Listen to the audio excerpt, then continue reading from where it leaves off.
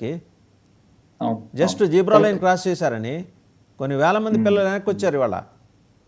అంటే అమాయకులకేమో ఒక తరహా న్యాయం, నీకు టెర్రర్ ఫండింగ్ ఇస్తున్నాడు. చూడండి, వాళ్ళ Chicago court has penalised him, అతను ఒబేదుల్లా సయీద్ని. ఒక ఏడాది శిక్ష అనుభవించాడు, బయటకు వచ్చాడు, స్టిల్ మళ్ళీ వాడి మీద ఛార్జ్ షీట్ ఉంది. అలాంటి వాడిని తీసుకొచ్చి ఈ మ్యాక్సర్ స్పేస్ టెక్నాలజీస్లో వాడు వచ్చి పెట్టుబడులు పెడితే ఇవాళంటే రిమూవ్ చేశారు, రైట్. పెట్టుబడులు పెట్టినప్పుడు వాళ్ళ కళ్ళు కాకులు ఎత్తుకుపోయినాయండి. ఏమైంది? కదండి. సో వాళ్ళు there furthering their own agenda అండి. వాళ్ళ ఎజెండా ఏంటి? వాళ్ళకి బిజినెస్ ఉండాలి, వాళ్ళకి ఇన్ఫర్మేషన్ ఫ్లో ఉండాలి, వాళ్ళకి కంట్రోల్ ఉండాలి. అది ఉన్నంత వరకు వాళ్ళు ఏమైనా చేస్తారు. వాళ్ళ దగ్గరికి వస్తేనే వాళ్ళు వేరే రూల్స్ అప్లై చేస్తారు. అది తెలిసిందే. యుఎస్ఏ మీరు రష్యా కుప్పగొలడంలో చూసారు. మిడిల్ అండ్ ఈస్టర్న్ యూరోప్ లో మీరు వచ్చిన ప్రాబ్లమ్స్, రొమానియాలో వచ్చాయి, హంగరీలో వచ్చే ప్రాబ్లమ్స్, తర్వాత జర్మనీలో వచ్చే ప్రాబ్లమ్స్, అవన్నీ ఎవరు క్రియేట్ చేశారు? వాళ్ళ డీప్ స్టేట్ క్రియేట్ చేసింది కదా ప్రాబ్లమ్స్. అవన్నీ ప్రపంచానికి తెలిసిందే. ఇప్పుడు నాటో ఇష్యూ కూడా ఎవరు క్రియేట్ చేస్తున్నారు? యుఎస్ఏనే క్రియేట్ చేస్తుంది. యుక్రెయిన్ ఇష్యూ ఎవరు క్రియేట్ చేశారు? యుఎస్ఏనే క్రియేట్ చేసింది. సో ప్రపంచంలో 95% ప్రాబ్లమ్స్ యుఎస్ఏనే క్రియేట్ చేస్తుంది. అలా ప్రాబ్లమ్స్ క్రియేట్ చేసి వాళ్ళ ఇండస్ట్రీ మీద, వాళ్ళ యుఎస్ఏ డాలర్ మీద డిపెండెన్సీ పెంచుకుంటుంది. And that is USA's long term strategy. So మనం యుఎస్ఏతో ఫ్రెండ్షిప్ చేసాం, వెరీ నైస్, వరల్డ్ పవర్, వాళ్ళతో ఫ్రెండ్షిప్ చేసాం. కానీ వాళ్ళని గుడ్డిగా నమ్మి వాళ్ళ వెనకాల వెళ్ళడం మాత్రం చేసామంటే మీరు ఇప్పుడు జస్ట్ పక్కన మీరు చూస్తున్నారు సార్, నలుగురు పాకిస్తాన్ హీరోలు అంటూ పాకిస్తాన్ వాళ్ళ సోషల్ మీడియాలో వాళ్ళు పోస్ట్ పెడుతున్నారు. వీళ్ళ హీరోలట, నేషనల్ హీరోలట. దరిద్రం కాకపోతే ఈ గుంపుని, ఈ ఉగ్రవాదుల గుంపుని వాళ్ళ హీరోలుగా ప్రకటించిన వాళ్ళ మానసిక స్థితి ఏ స్థాయిలో ఉందో తెలిసిన తర్వాత కూడా వాడితో పాటు మనల్ని డిన్నర్కి రమ్మని ట్రంప్ ఆహ్వానించడం, ఏ రకంగా దాన్ని చూడాలి సార్? వాడు చేస్తున్నాడు, మనం డిన్నర్ చేయాలి, మనం సాఫ్ట్ మెసేజ్ చేయాలి. నేను వాడితో కూర్చొని డిన్నర్ చేయను క్లియర్ గా మోదీ గారు మెసేజ్ ఇవ్వాలి. And that is what I expect he will do. I'm sure Modi is a very strong leader. So ఆయన అదే మెసేజ్ ఇస్తారు. ఆయన వెళ్ళరు అని నా ఉద్దేశము. వాళ్ళతో కూర్చొని డిన్నర్ చేసేది ఎప్పుడు? వాళ్ళు టెర్రర్ ఫండింగ్ ఆపినప్పుడు, టెర్రరిస్ట్ క్యాంపులు మూసినప్పుడు, ఈ టెర్రరిస్ట్ ఇంటర్నేషనల్ క్లెయిమ్ టెర్రరిస్ట్ పట్టుకుని జైల్లో వేసినప్పుడు మాత్రమే నేను వాళ్ళతో కూర్చొని డిన్నర్ చేస్తాను. ఇవన్నీ నేను ఇదివరకు ట్రై చేశాను, కుదరలేదు, వాళ్ళకి అర్థం కావట్లేదు. సో నేను వాళ్ళతో కూర్చొని అప్పటిదాకా ఇటు వచ్చి వాళ్ళు ఏమైనా చేశారంటే మాత్రం వాళ్ళకి డీటెయిల్ జవాబు కూడా ఇస్తానని చెప్పి క్లియర్గా మెసేజ్ ఇవ్వాలి. రైట్. ఒకసారి కాళిదాస్ గారి దగ్గరికి వెళ్దాం. కాళిదాస్ గారు చూశారు కదా వాళ్ళ వైఖరి, పాకిస్తాన్ వైఖరి.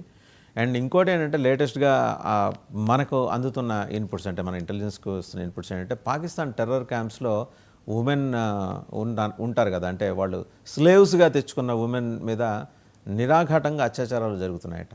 అది కూడా బయటపడింది. సో ఇన్ని బయటపడిన తర్వాత, ఇంత ఎక్స్పోజ్ అయిన తర్వాత కూడా ఇంకా వాళ్ళని అపీస్ చేసే ధోరణిలో, అండ్ వాళ్ళని మనం అమెరికానే పిలవలేదు మధ్యవర్తి. మన సిమ్లా ఒప్పందం ప్రకారం no third party should be entertained in our dialogue during our dialogue with Pakistan or during Pakistan's dialogue with India. And how come he intervenes అండి, అంటే ఆ యుఎస్ ఇంటర్వ్యూన్స్ అండి. ఎవడు పెద్దరికం ఇచ్చారు, ఎవరు పెత్తనం ఇచ్చారు? ఎవరు ఇవ్వకలేదు. వాళ్ళకి వాళ్ళే నెత్తినేసుకొని ప్రపంచం అంతటికి మేము పెద్దన్న అన్నది వాళ్ళు బడాయిపోవటము, డప్పా కొట్టుకోవటము. ఇందాక సార్ చెప్పినట్టు ఎస్, వాళ్ళకి కేవలం ఓన్లీ బిజినెస్సేనండి. ఇప్పుడు శవాల మీద డబ్బులు ఏరుకునే టైప్లో బిజినెస్సేనండి, నథింగ్ ఎల్స్. వాళ్ళకి ఇక్కడ ఏంటంటే వాళ్ళు చూశారు Soviet union based weapon systems మన దగ్గర ఎంత సూపర్ హిట్ అయ్యాయి, చైనా బేస్డ్ సిస్టమ్స్ వాళ్ళ దగ్గర ఎలా ఫ్లాప్ అయ్యాయి. సో ఈ రెండు సంఘర్షణ మధ్యలో వేలు పెట్టి వాళ్ళ వెపన్ సిస్టమ్స్ ఏమన్నా అమ్మటానికి వీలవుతుందా? వాళ్ళ ప్రధానమైన టార్గెట్ అది. సో పాకిస్తాన్ చేతులు ఎత్తేసింది. సో పాకిస్తాన్ని అమెరికా వైపు షిఫ్ట్ చేయాలి. సరే, మనకు కూడా పొటెన్షియల్ థ్రెట్ పాకిస్తాన్ కన్నా చైనాతో ఎక్కువ ఎప్పుడు ఉంటుంది కాబట్టి ఈ S-400 సిస్టమ్స్ చైనా దగ్గర కూడా ఉన్నాయి. సో దానికన్నా మించిన బెటర్ ఇస్తాము. ఎందుకంటే మొన్న కేబినెట్ కమిటీ డిసైడ్ చేసినట్టుంది, ఇంకొక మ్యారిటైమ్ 36 రఫేల్ యుద్ధ విమానాలు వాళ్ళు విశ్వ ప్రయత్నం చేశారు F-22, F-35 అమ్మటానికి. సో అమెరికా కన్నా ఆల్వేస్ ఫ్రాన్స్ కానీ రష్యన్ కానీ ఇది ఆల్వేస్ బెటర్ అనుకుంటున్నారు. సో వాళ్ళది నిరంతరంగా ఇవి పై మాట్లాడి. సో మీరు అన్నట్టు డిన్నర్ సంగతి దేవుడు, అసలు సంప్రదింపులు కూడా ఎందుకు వెళ్ళాలి?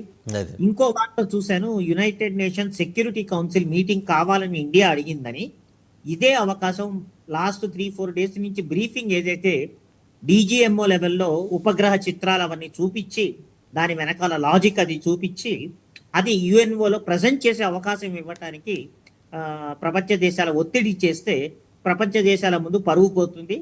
అందులో మొహమాటం లేకుండా ఇందాక మీరు చెప్పినట్టు satellite company and private companies కూడా ఏ రకమైన ఫండింగ్ ఇస్తున్నాయి అన్నది యునైటెడ్ నేషన్స్ సెక్యూరిటీ కౌన్సిల్లో చెప్పకుండా లాస్ట్ మినిట్లో పవర్ పాయింట్ స్లైడ్స్ వేసేసి చూపించినా ఎవడే పీకలేడు భారతదేశాన్ని. ఆ అవకాశాన్ని వదులుకోకూడదు. ఒకేసారి దాదాపుగా 60, 70, 80 దేశాలు వస్తాయి. వాళ్ళ ముందు ఏం జరిగింది, పెహల్గాంలో ఏం జరిగింది, అంతకుముందు ఏం సార్ జరిగింది మీరు అన్నది చూస్తున్నారు కదా పహల్గాం ఇమేజ్ పక్కన విండోలో అంత క్లియర్గా ఇమేజ్. వాడు ఎందుకు అడిగాడంటే పాకిస్తాన్ అటామిక్ ఎనర్జీ కమిషన్కి ఎందుకు అడిగిన ఇండివిజువల్స్ పేర్లు ఎందుకు డిస్క్లోజ్ చేయలేదు, ట్రాన్స్పరెన్సీ గురించి వాల్యూమ్స్ మాట్లాడింది మక్సర్ స్పేస్ టెక్నాలజీ. వాడిని ఎవరినో తీసుకొచ్చి మీ కంపెనీలో టెర్రర్ ఫండింగ్ అనేది అక్కడ ఎస్టాబ్లిష్ అయింది సార్. సిఐఏ చాలా సీరియస్గా తీసుకోవాల్సిన విషయం, లేకపోతే మనం తీసుకోవాల్సి ఇంకా సిఐఏ మనము విదేశాంగ స్థాయిలో ఒక ప్రెస్ మీట్ పెట్టాలి. ఇంటర్నేషనల్ ఎవరైతే ఉన్నారో జర్నలిస్ట్ కానివ్వండి, బ్రాడ్కాస్టింగ్ ఆర్గనైజేషన్స్ కానీ, ఇంటర్నేషనల్ మీడియా ఏదైతే వాళ్ళ ముందు ప్రదర్శించాలి. అతి ముఖ్యంగా యుఎన్ సెక్యూరిటీ కౌన్సిల్లో మనం అడిగాం కాబట్టి అక్కడ ఇదే బ్రీఫింగ్, ఇదే చిత్రాలు చూపిస్తూ ఈ రకంగా జరిగింది. ముందు పాకిస్తాన్ని 2-3 భాగాలండి ఇందులో. మేము టెర్రర్కి సపోర్ట్ చేస్తున్నాం గత 50 ఏళ్ల నుంచి అని పాకిస్తాన్ మెడలు వంచి ఒప్పుకునేటట్టు చేయాలి అంతర్జాతీయ వేదిక పైన లేదా యుఎన్ సెక్యూరిటీ కౌన్సిల్లో. అది ఫస్ట్ పాయింట్. అప్పటిదాకా చుక్క నీళ్లు రావని చెప్పి స్పెసిఫై చేయాలి. ముందు ఫస్ట్ వాళ్ళు ఒప్పుకోవాలి 10 మంది ముందు. ఏదో మీ దగ్గర మా దగ్గర ప్రైవేట్ రూమ్ లో హోటల్లో కూర్చొని కాదు, ఇంటర్నేషనల్ వేదిక పైన యునైటెడ్ నేషన్స్ సాక్షిగా వాళ్ళు ఒప్పుకోవాలి.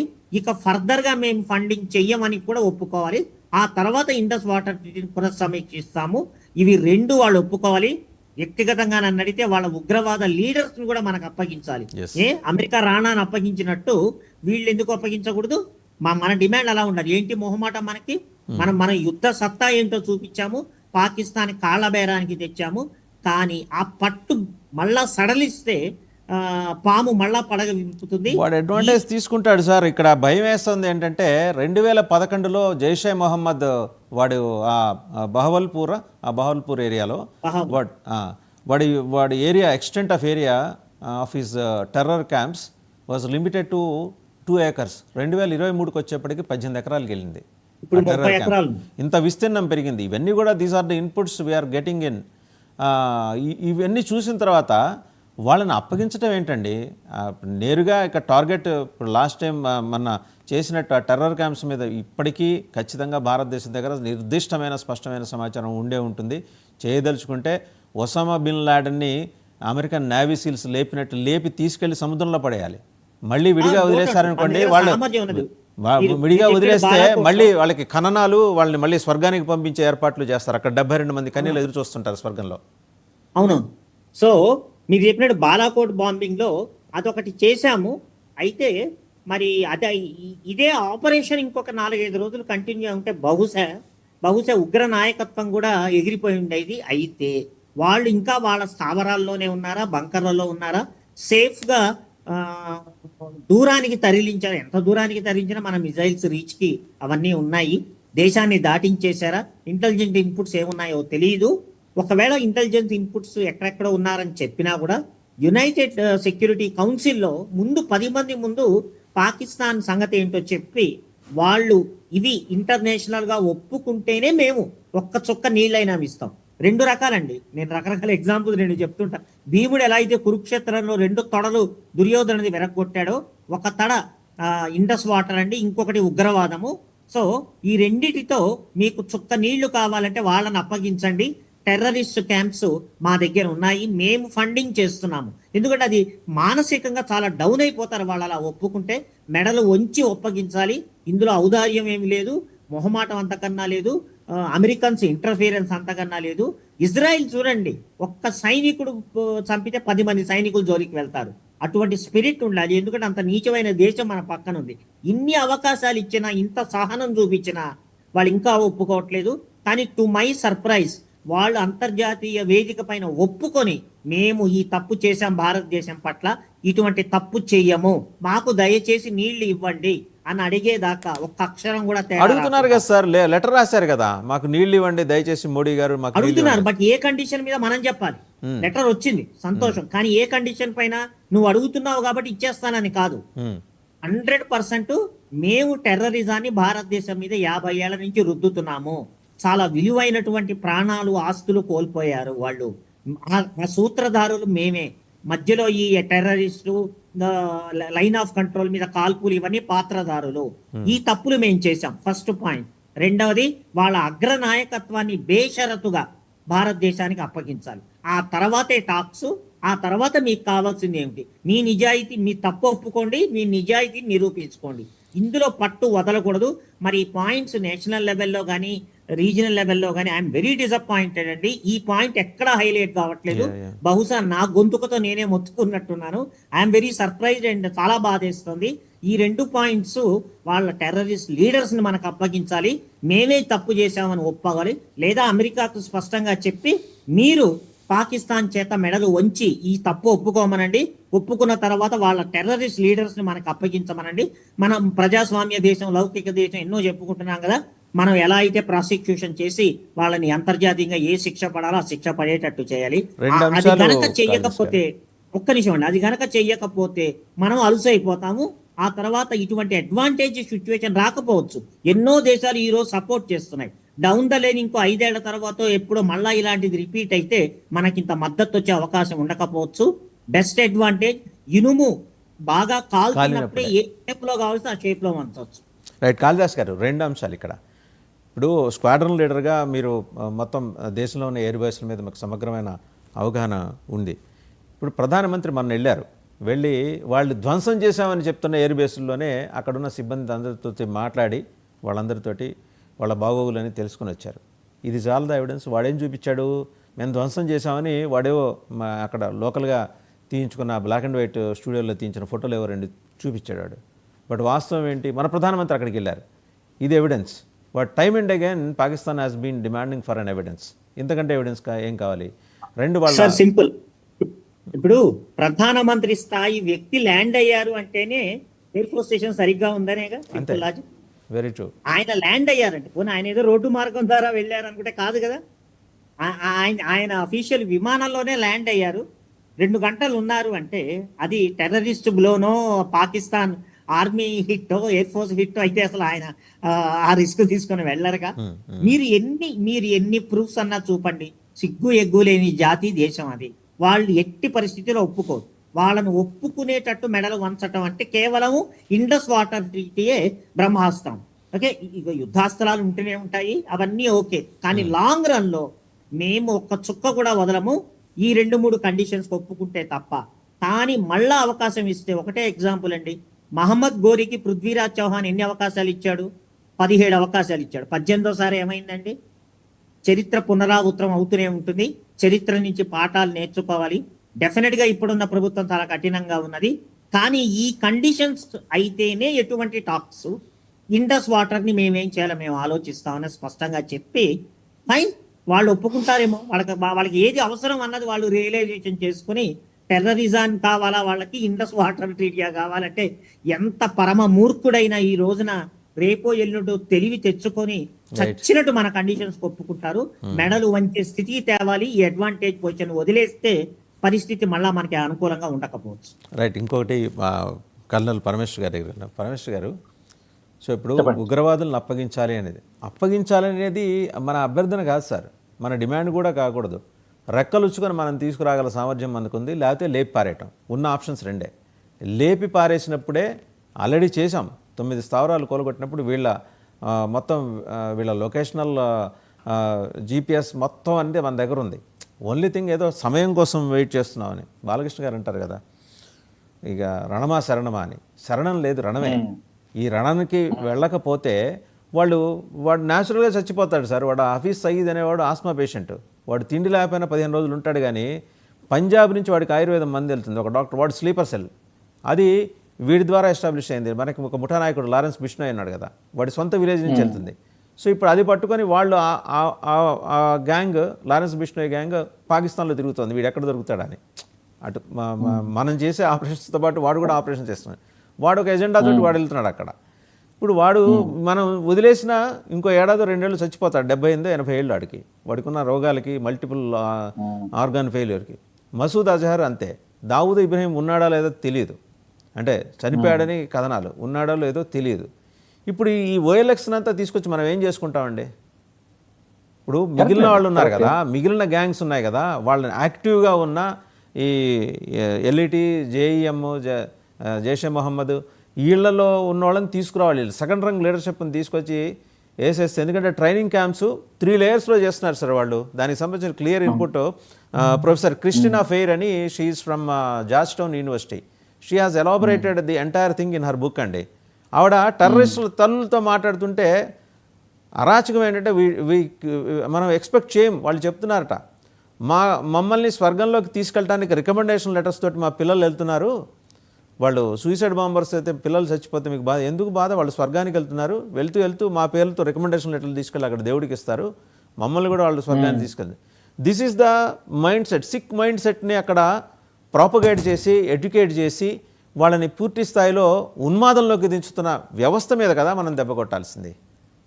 కరెక్టే అండి. సో ఐ సమ్‌హౌ కొన్ని విషయాల్లో ఐ అగ్రీ విత్ యూ. వాళ్ళని తీసుకొచ్చి మనము లీగల్ ప్రాసెస్ త్రూ పెట్టడం అనేది it's going to be very long and very painful and with high risk. So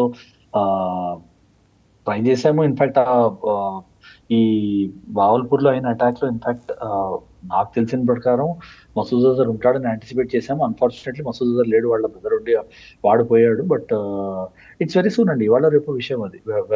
by the time we hit Hafiz Saeed or Masood Azhar, the effect of moral అంటే వాళ్ళని మన attack లో కానీ దేనిలోనూ కానీ చంపేస్తే ఉన్న మొరాల్, వాళ్ళ ఆర్గనైజేషన్ మీద ఉండే ఎఫెక్ట్ తీసుకొచ్చి ప్రాసిక్యూట్ చేసి చంపితే, చేసి చంపితే మనకి ఇంటర్నేషనల్ డిప్లొమాటిక్ సర్కిల్స్ చాలా మంచి పేరు వస్తుంది, దానిలో డౌటే లేదు. ఎంత ఫేర్ ఉంటుంది, వీళ్ళు టెర్రరిస్ట్ కూడా ఫేర్ ప్రాసెస్ యూజ్ చేసి ప్రాసిక్యూట్ చేస్తారు. వీళ్ళది ఆటోక్రటిక్ కంట్రీ కాదండి. బట్ దెన్ దానికి వాల్యూ ఎంత వస్తుంది వాళ్ళని తీసుకొచ్చి ప్రాసిక్యూట్ చేసేది అన్నది ఒకటి ఆలోచించాలి. మనం ఆలోచించి అకార్డింగ్లీ యాక్షన్ తీసుకోవాలి. ఐఎమ్ ఆల్సో అగేన్స్ట్ డిమాండ్ చేసేసాను, అయిపోయింది. వాళ్ళు ఎవరు తెలిసిపోయింది, తిరుగుతున్నారు. సో వాళ్ళ కంట్రీలో ఫ్రీగా తిరుగుతారంటే మేము ఇవ్వనని చెప్పేసినట్టే. వాళ్ళు మా లీగల్ ప్రాసెస్ నుంచి వెళ్ళారు, మా జ్యుడిషియల్ సిస్టమ్ నుంచి వెళ్ళారు, వాళ్ళది తప్పు లేదని తెలిసింది, వాళ్ళు వదిలేశారని అంటారు. పాకిస్తాన్ వాళ్ళ ఫారెన్ మినిస్టర్ ఎవరు, హీనా రబ్బానీ ఖాన్ ఎవరు స్టేట్మెంట్ ఇచ్చింది ఇదివరకు ఆమె, మేము మా జ్యుడిషియల్ సిస్టమ్ చాలా ట్రాన్స్పరెంట్ ఉంటుంది. అంటే వీళ్ళందరూ స్టాండప్ కామెడీనే చేస్తుంటారు పాకిస్తాన్ మినిస్టర్స్ అందరూ. సో దానిలో స్టాండప్ కామెడీలో ఆవిడ అన్న విషయం అది ఒకటి, మా జ్యుడిషియల్ ప్రాసెస్ చాలా ట్రాన్స్పరెంట్ ఉంటుంది. ఆ జ్యుడిషియల్ సిస్టమ్ నుంచి వెళ్ళారు వాళ్ళు, వాళ్ళది దోషులు కాదని తేలింది, సో వాళ్ళని వదిలేసాము, ఇంకా మాకు ప్రూఫ్ కావాలి కదా అని అన్నామే. సో ఇక ఈ ప్రూఫ్లు ఇవ్వడము, వాళ్ళు మాకు కావాలని అడగడం వేస్ట్. మనం ఆపేసాం. వాళ్ళ జగదర్ వేన్ అంటాము, వాళ్ళ జీవనాడిని మనం ఆల్రెడీ తొక్కి పెట్టాం సింధు జలాలు నాపి. ఇప్పుడు తొక్కిపెట్టి నువ్వు వాడిని చంపుతావా లేకపోతే నేను చంపనా, నువ్వు వాడి ఈ లిస్ట్ ఉంది, వాళ్ళిద్దరి పేర్లే కాదు, వాళ్ళ ముగ్గురు పేర్లే కాదు, మనకు ఒక హోల్ లాండ్రీ లిస్ట్ ఉంది. ఎంతమంది టెర్రరిస్ట్ ఉన్నారు, ఏం చేస్తున్నారు చాలా క్లియర్ గా తెలుసు. వాళ్ళు ఐఎస్ఐ వాళ్ళతో ఎవరు కూర్చొని కొలాబరేట్ చేస్తున్నారు, హమాస్ తోటి కూర్చొని ఎవరు కొలాబరేట్ చేస్తున్నారు, మొత్తం లిస్ట్ ఉంది.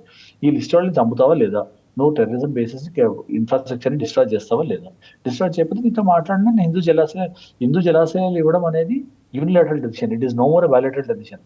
వాళ్ళు కూడా అనేసారు కదా ఇప్పుడు, వరల్డ్ బ్యాంక్ కూడా ఇట్ స్టెప్ డౌన్, మాకు సంబంధం లేదనేసింది వరల్డ్ బ్యాంక్ కూడా. మేము మధ్యలో ఉండి న్యూట్రల్ ఇది తీసుకున్నాం కానీ మాకు సంబంధం లేదు, అది మీ ఇద్దరి మధ్యలో విషయం మీ ఇద్దరు సార్ట్అవుట్ చేసుకుంటే అనేసింది. ఎందుకంటే వాళ్ళకి కూడా అర్థమైపోయింది వీళ్ళేం చేయలేరు, ఏం చెప్పినా కూడా మోడీ గవర్నమెంట్ వినేయట్లేదు, ఇండియా గవర్నమెంట్ వినేయట్లేదు అనేసి. అండ్ స్వయంకృత అపరాధం ఇది.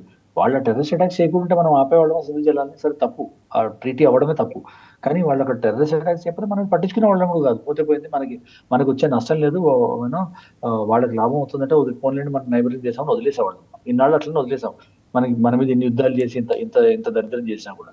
బట్ ఇప్పుడు ఇంకా మన పేషెన్స్ నశించిపోయింది, మన సహనం నశించిపోయిందని మనం యాక్షన్ తీసుకున్నాము. ఆ యాక్షన్ మళ్ళీ రివర్ట్ చేయడానికి now it is on Pakistan, the ball is in Pakistan court, they have to live up to the expectation. And మన ఎక్స్పెక్టేషన్ సింపుల్, టెర్రరిస్ట్ కి సపోర్ట్ చేయడం మానేసాయి, టెర్రరిస్ట్ ఇన్ఫ్రాస్ట్రక్చర్ నడిపించడం మానేసాయి, ఇండియా మీద ఉసి కలపడం మానేసాయి, టెర్రరిస్ట్ క్యాంప్స్ చేసి టెర్రరిస్ట్ ఎక్స్పోర్ట్ చేయడం మానేసాయి. ఇవి మన డిమాండ్స్. వాళ్ళు మానేస్తే we can always revisit the Indus water treaty. ఏముందంటే చాలా పెద్ద విషయం ఏం లేదు.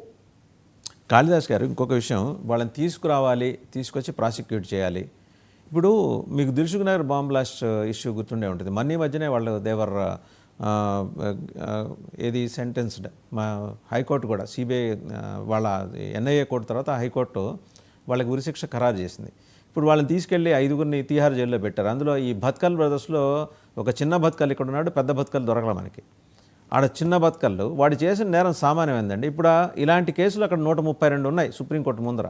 అవి ఎప్పటికీ విచారణకు వస్తాయి, ఎప్పుడు వీళ్ళని ఎగ్జిక్యూట్ చేస్తారు, ఈ లోపల ముప్పోట్ల వాళ్ళకి బిర్యానీ పెట్టి మేపుతారు, లోపల మళ్ళీ వీళ్ళు అక్కడ ఉన్నారు వాళ్ళని విడుదల చేయండి అని ఇంకో కిడ్నాపులు, ఇవన్నీ అవసరం అండి? ఏ దారిలో తీసుకెళ్ళి సినిమాలు చూపించినట్టు లేపేకుండా. కరెక్ట్ మీరు చెప్పింది 100% in fact Dilsukh Nagar bomb blast అయినప్పుడు దాని వెనకాలే మా ఫ్రెండ్ వాళ్ళ ఇంట్లో ఉన్నాను నేను, కళ్ళగట్టినట్టు నాకు తెలుసండి. సో అందుకని మీరు చెప్పింది కరెక్ట్. కసబ్ని పందిని మేపినట్టు మేబీ చికెన్ బిర్యానీ పెట్టాం. అయితే అదొక ప్రాసెస్ మీరు చెప్పినట్టు ప్రజాస్వామ్యబద్ధంగా. అయితే దానికి ఒక టెర్రరిస్ట్ స్పెషల్ కోర్ట్ అనేది ఫాస్ట్ ట్రాక్ కోర్టు పెట్టేసేసి చేయాలి.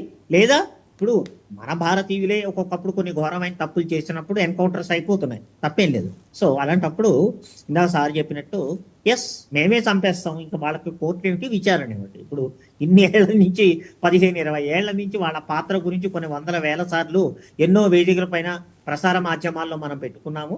ఎస్ వాళ్ళు మనకు అప్పగించిన వెంటనే మీరు చెప్పినట్లు సింపుల్ అండి, తప్పించుకోవడానికి పారిపోయారు, ఎదురు కాల్పులు జరిగాయి, ఆత్మరక్షణ కోసం కాల్ చేసాం, సింపుల్ లాజిక్.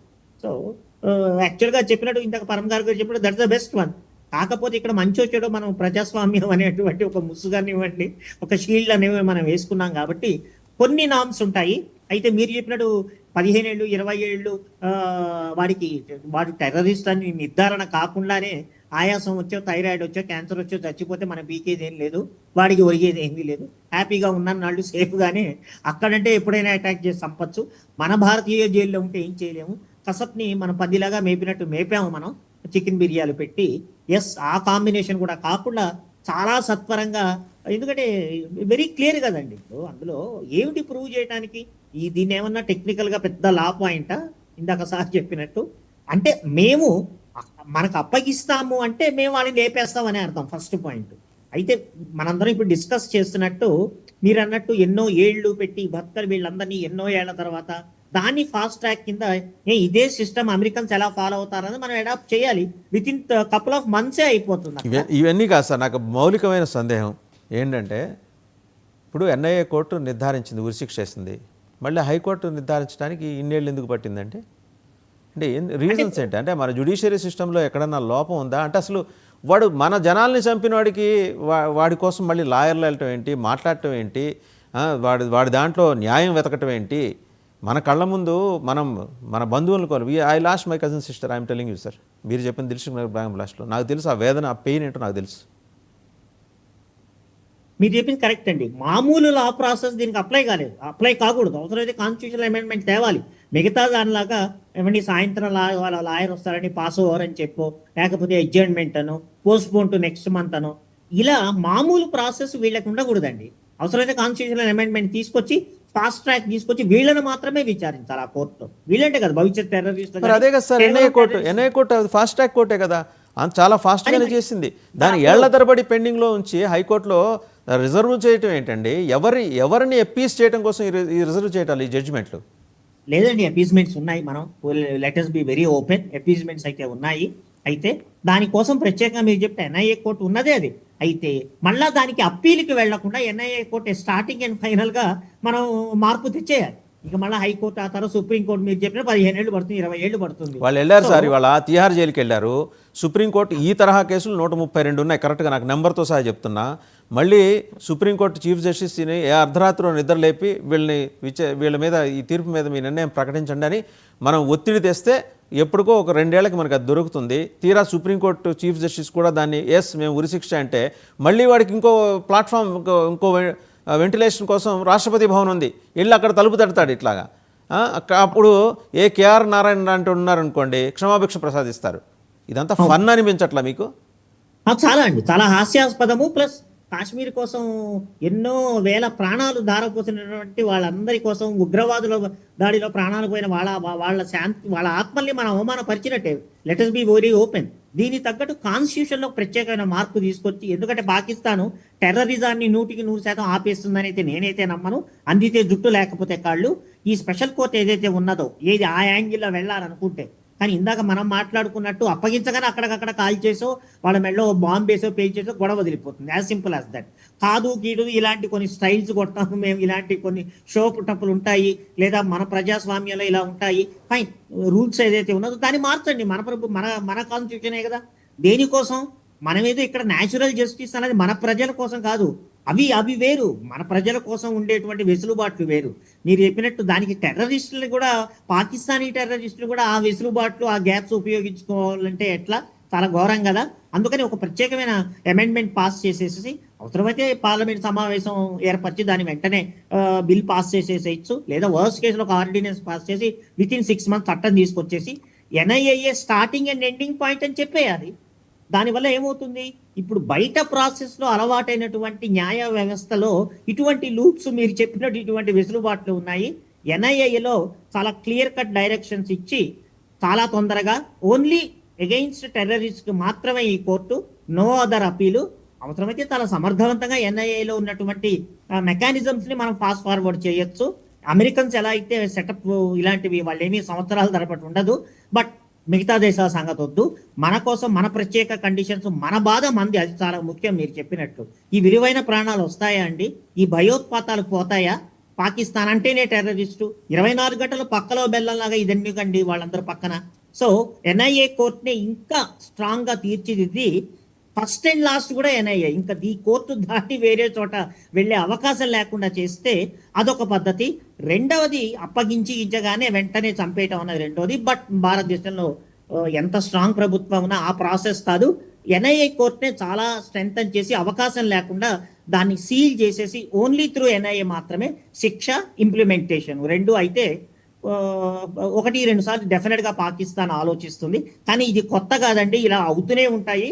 సో దీనికి ఫైనల్ సొల్యూషన్ ఏమిటి అన్నది చరమగీతం ఎప్పుడు ఎలా పాడాలి, ఇజ్రాయెల్ లాగా ఎప్పుడు ఇన్ఫర్మేషన్ వచ్చినప్పుడు అలా కొట్టేస్తూ ఉండాలి అన్నది అదొక అఫెన్సివ్ యాక్షన్. దాన్ని ఎప్పుడు మూసుకోకూడదండి, అది ఎప్పుడు తెరిచే ఉంటుంది. దొరికిన వాళ్ళని ఈ రకంగా చేస్తుండాలి. రైట్. ఒకసారి కల్నల్ పరమేశ్వర్ గారు, ఇప్పుడు ఈ దిల్సుఖ్ నగర్ గురించే మాట్లాడుకుంటున్నామండి. వాళ్ళని తిహార్కి తీసుకెళ్లారు. రేపు పొద్దున అది అడ్వాంటేజ్ తీసుకొని ఏ మినిస్టర్ కూతున్నా ఏ మినిస్టర్ కొడుకున్నా ఎత్తుకుపోతారు, కిడ్నాప్ చేసి వాళ్ళని వదిలితేనే వీళ్ళని వదులుతామని. అంటే వీళ్ళని వదిలించుకోవటానికి మనం చూసాం, మనకు అనుభవాలు ఉన్నాయి కదా. మెహబూబా ముఫ్తీ సోదరిని కిడ్నాప్ చేసి తీసుకెళ్లారు, ఆవిడ మెడిసిన్ చదువు చేస్తుండగా. వాళ్ళు అడగకముందే మేము వీళ్ళని రిలీజ్ చేస్తామని మనం ఉవ్విళ్ళూరు మరీ రిలీజ్ చేసాం. వాడు అడగలా, వాడికి ఆలోచన ఇచ్చాం, ఒక ఐడియా ఇచ్చాం, మేము వీళ్ళని రిలీజ్ చేస్తాం, వాళ్ళని వదిలేయండి అని. అది చరిత్ర. అది ఇప్పుడు lot many mistakes from our administrative side అండి. నేను ఎక్కడా కూడా మిలిటరీని తప్పట్లేదండి. 3 త్రివిధ దళాలు బ్రహ్మాండమైన ఇంకా వాళ్ళు విధులు క్యారీ అవుట్ చేస్తున్నారు. Even police are doing that. హైదరాబాద్లో స్లీపర్ సెల్స్ని ఏరేయటం హైదరాబాద్ పోలీసులకు పెద్ద పని కాదు. కానీ they are not being given liberty అండి. అది చాలా స్పష్టంగా కనిపిస్తుంది. ఇవాళ మీకు ఇంకో విషయం, ఈ ఆపరేషన్ కగారు జరుగుతోంది ఈ తెలంగాణ ఛత్తీస్గఢ్ సరిహద్దుల్లో. అంటే ఎందుకు జరుగుతోంది? అక్కడ లష్కరే తోయిబా టెర్రరిస్టులు అక్కడ వచ్చి క్యాంప్ చేశారు with the help of sleeper cells in Hyderabad. 10,000 మంది సాయుధ బలగాలు ఎందుకు వచ్చారు? ఉత్తమ మావోయిస్టులను పట్టుకోవడానికి 10,000 మంది సాయుధ బలగాలు రారు. క్లియర్గా వాళ్ళు రెడ్ కారిడార్లో మావోయిస్టులకు సహకరించడం కోసం లష్కరే తోయిబా తన క్యాంప్స్ని డిప్లాయ్ చేసుకుంటూ వస్తుంది. మొత్తం నేపాల్ నుంచి వయా బీహార్, ఆంధ్రప్రదేశ్ దాకా చేరుకోవడానికి మధ్యలో దండకారణ్యంలో ఎంటర్ అయింది. అక్కడ పసిగట్టినాయి మన నిఘా సంస్థలు. అంతమంది చుట్టుముట్టారంటే ఉత్తమ మావోయిస్టుల కోసం అయితే అంతమంది చుట్టుముట్టరుగా. ఇంతకుముందు కూడా చేశారుగా ఆపరేషన్స్. ఇది ఇంత ఎస్టాబ్లిష్ అయిన తర్వాత ఇంకా మేము, అందుకనే తెలంగాణ గవర్నమెంట్కి ఇంటిమేషన్ లేదు ఈ విషయంలో. Direct government of India involve అయింది. కొన్ని సందర్భాల్లో మీరు ఆఫ్ రికార్డ్ కాన్వర్జేషన్లో మీరు ఇన్వాల్వ్ కాక్కర్లేదు, మహా అయితే అక్కడ వెళ్ళిన వాళ్ళకి మంచినీళ్ళు, టిఫిన్లు, కాఫీలు ఇవ్వండి, అంతవరకే మీకు ఇస్తున్న ఉద్యోగం అని చెప్పింది గవర్నమెంట్ ఆఫ్ ఇండియా. ఎందుకు ఎన్నాళ్ళు మనం ఈ థ్రెట్ ఎదుర్కోవాలండి? ఇప్పుడు వాడిని వీళ్ళని తీసుకెళ్లారు తిహార్ జైల్లో, వాళ్ళ టర్న్ వచ్చేప్పుడు ఇంకో 10 ఏళ్ళు, అందులో సగం మంది బీపీతో, డయాబెటీస్ తోటి, థైరాయిడ్ తోటి ఇందాక సార్ అన్నట్టు పోతారు. మిగిలిన వాడికి అన్నాళ్ళు అక్కడే ఉన్నాం కదా, చచ్చిపోయేదాకా ఇక్కడే ఉంటాం, 2 పూట్ల భోజనం పెడుతున్నారు కదా, ఇక్కడే ఉంటానంటాడు. ఇది మనం ఎలా చేయాలా? ఎక్కడో ఒక చోట సార్ అన్నారు కదా కాళిదాస్ గారు, మన కాన్స్టిట్యూషన్ని మనం అమెండ్ చేసుకోవాలి. ఎన్ఐఏ చెప్పిన తర్వాత ఇంత తేలిక డీటెయిల్ ఇన్వెస్టిగేషన్ క్యారీ అవుట్ చేసింది, ఇంతలా ఎవిడెన్స్ తయారు చేసింది. ఇంకా ఏంటండి సుప్రీంకోర్టు చెప్పేది? కరెక్ట్ అండి.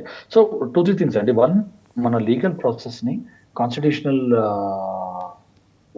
కాన్స్టిట్యూషనల్ ప్రావిజన్స్ని రీలుక్ చేసి అమెండ్మెంట్ చేసుకునే అవసరం ఉంది. దానికి పొలిటికల్ విల్ కావాలండి. పొలిటికల్ విల్ అంటే ఇప్పుడు మీరు చిన్న యాక్ట్స్ తెస్తేనే, ట్రిపుల్ తలాక్ తెస్తేనే, లేకపోతే వక్ఫ్ బోర్డ్ బిల్ తీసుకొస్తేనే ఇన్ని గొడవలు అయినాయి.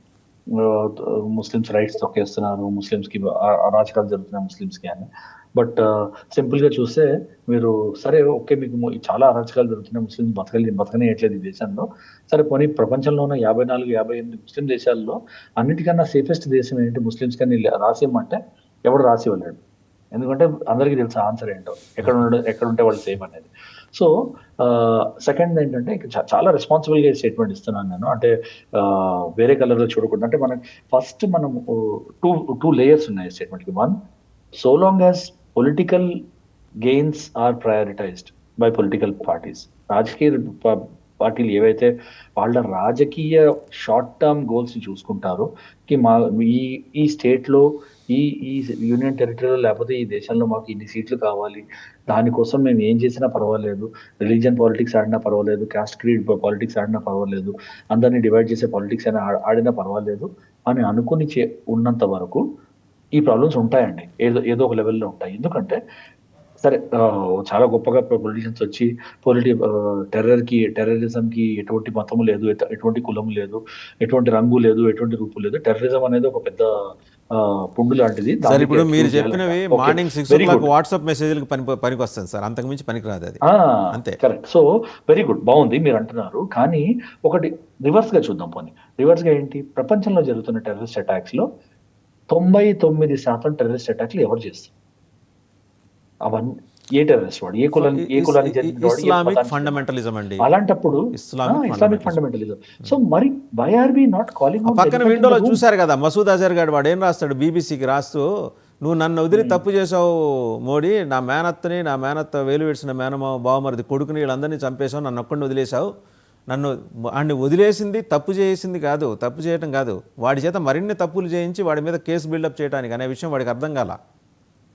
సరే వాడు అదృష్టం బాగుండి వాడు నూకలుండి భూమి నూకలుండికే బతుకుతున్నాడు, లేకపోతే వాడు చచ్చేవాడు, అది వేరే విషయం. కానీ ఇట్లాంటి వాళ్ళు ఏదో ఒకటి కుక్క చావు వస్తారు, ఏదో ఒక రోజు అండి, ఏదో బాంబు కింద పడి వస్తారు వీళ్ళు. That is immediate. వాళ్ళు అజర్ కాకపోతే so long as we don't address that elephant in the room. ఏంటి ఎక్కడ తప్పిపోతున్నారు? ల్యాక్ ఆఫ్ అదే ఇప్పుడు సబ్కా సాత్ సబ్కా వికాస్ అనే దానిలో వాళ్ళు మోడీ గవర్నమెంట్ ఏది అడ్రస్ చేయడానికి ట్రై చేస్తుంది, ఎడ్యుకేషన్ టార్గెట్ చేయడానికి అడ్రస్ చేస్తుంది. మీరు హేమంత బిశ్వ శర్మ గారిది చూసారంటే, ఒక యాక్షన్ చూసారంటే తెలుస్తుంది. మీరు ముస్లిం ఇస్లామిక్ క్లరిక్స్ అందరినీ పిలిచి మీకు ఎడ్యుకేషన్ అండ్ డెవలప్మెంట్ కావాలా, లేకపోతే ఇస్లామిక్ ఎడ్యుకేషన్ కావాలా అంటే వాళ్ళు మాకు ఎడ్యుకేషన్ అండ్ డెవలప్మెంట్ కావాలన్నారు. అలా అని 170 ఇల్లీగల్ మదర్సాలు మూయించేశాడు వెంటనే ఒక స్వీప్ లో. ఆయన కొన్నాళ్ళు గొడవ చేశారు, దాని తర్వాత వాళ్ళకి బెనిఫిట్ ఉందని వాళ్ళు నోరు మూసుకొని కూర్చున్నారు. So long as this unscientific education is imparted onto these young boys, మనం ఇప్పుడు పెద్ద టెర్రరిస్ట్ అయ్యి మనం బ్లేమ్ చేయలేము. వాడికి 2 ఏళ్ల వయసు నుంచి భూమి ఫ్లాట్ గా ఉంటుంది, భూమి గుండ్రంగా ఉండదు, భూమి గుండ్రంగా ఉంటే నువ్వు నడిచేటప్పుడు పడిపోతావు, ఇలాంటివి నేర్పారంటే వాడు అది నేర్చుకుంటాడు.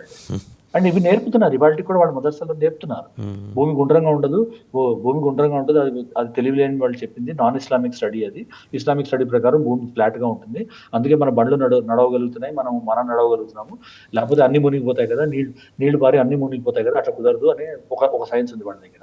సో ఇవన్నీ నేర్పించే పిల్లలు చిన్నప్పటి నుంచి అదే నేర్పించి పెరిగితే వాడు అదే నమ్ముతాడు. ఆ పిల్లడు వాడిని అనుకుని ఫాయిదా లేదు కదా. ఆ రూట్ ని మనం అటాక్ చేయాలి.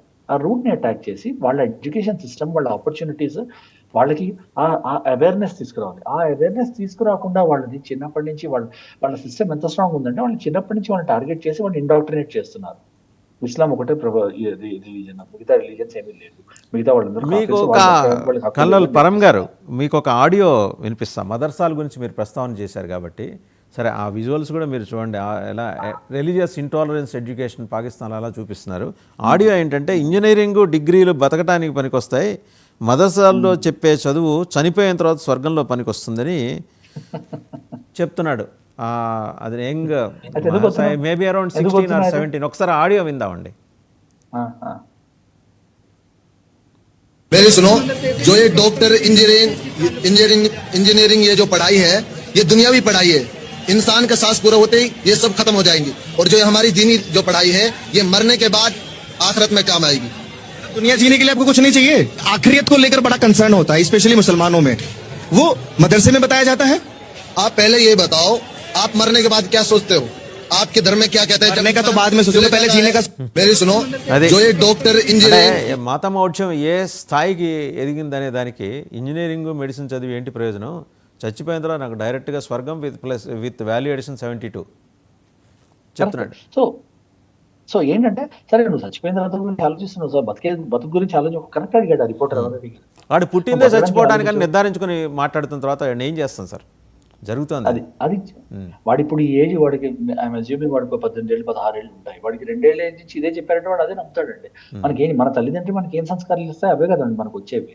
మన తల్లిదండ్రులు రోడ్డు మీద వదిలేసామంటే మనం కూడా ఏ గుండాలనో ఏ రౌడీలోనో టెర్రరిస్ట్లను పెరుగుతాం. సో ఇది మనం అడ్రస్ చేయాల్సిన ఇష్యూ అండి. ఇది మనం అడ్రస్ చేయాల్సింది. ఇది ఆ రాడికలిజం అండ్ నెగటివిజం, అంటే నేను బతకాలంటే పక్కనోడు చంపైనా బతకచ్చు అన్న ఒక ఏదైతే నేర్పిస్తారో అది, నేను బతకాలి పక్కనోడు బతకాలన్న ఇంక్లూజివిజం వాళ్ళ మీద వచ్చేంత వరకు ఈ టెర్రరిజం అనే ప్రాబ్లమ్ సాల్వ్ చేయడం చాలా కష్టం అండి. అన్ఫార్చునేట్లీ ఏంటంటే international market arms market, international currency market బతుకుండడానికి వీళ్ళు ఈ టెర్రరిజం అనే పుణ్ణి సస్టైన్ చేస్తున్నారు. కానీ so long as we don't address that, మీరు చూడండి 99% are incidents are by Islamic because of Islamic radicalization. ఇస్లాం తర్వాత తప్ప ఇంకే మతం బతకకూడదు, ఇంకెవడు బతకూడదు అన్న ఒక థాట్ ఉంది కాబట్టి వాళ్ళందరినీ చంపుతున్నారు. ఇస్లాంలో కన్వర్ట్ అవనోడు వాడిని చంపేయాలని ఉంది వాళ్ళకి అదే నేర్పిస్తారు, వాళ్ళు చంపుతున్నారు. సో ఆ ఎడ్యుకేషన్ అటాక్ చేయాలి మనం. అప్పటిదాకా మనకి ప్రాబ్లమ్స్ అవుతూనే ఉంటాయి, ఏదో ఒక లెవెల్లో అవుతూనే ఉంటాయి, ఏదో ఒక లెవెల్లో మనం సాల్వ్ చేస్తాము, మళ్ళీ ఇంకోటి అవుతుంది, మళ్ళీ ఇంకో 2 ఏళ్ళు వెనక్కి వెళ్తాం.